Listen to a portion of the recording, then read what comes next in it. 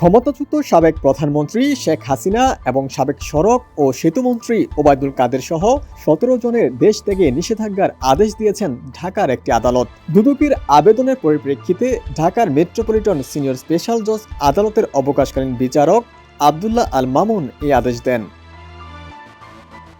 নিষেধাজ্ঞাপ্রাপ্ত অন্যরা হলেন সাবেক মন্ত্রী আমির হোসেন আমু, আনিসুল হক, তোফায়েল আহমেদ, খন্দকার মোশাররফ হোসেন, প্রতিমন্ত্রী এম এ মান্নান, সচিব MAN সিদ্দিক, অতিরিক্ত সচিব ফারুক জলিল, উপসচিব মোহাম্মদ শফিকুল করিম, প্রকৌশলী ফিরোজ ইকবাল, ইবনে আলম হাসান, মোহাম্মদ আফতাব হোসেন খান, মোহাম্মদ আব্দুল সালাম এবং CNS লিমিটেডের ব্যবস্থাপনা পরিচালক মনিরুজ্জামান চৌধুরী, পরিচালক সেলিনা চৌধুরী ও ইকরাম ইকবাল।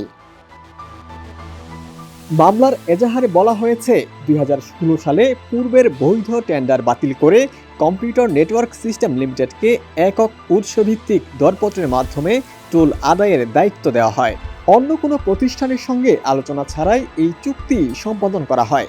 CNSকে টাকার অঙ্কে নয় বরং মোট আদায়কৃত টোলের 17.75% সার্ভিস চার্জে কার্যাদেশ দেয়া হয়। এর ফলে প্রতিষ্ঠানটি 489 কোটি টাকার বেশি বিল গ্রহণ করে।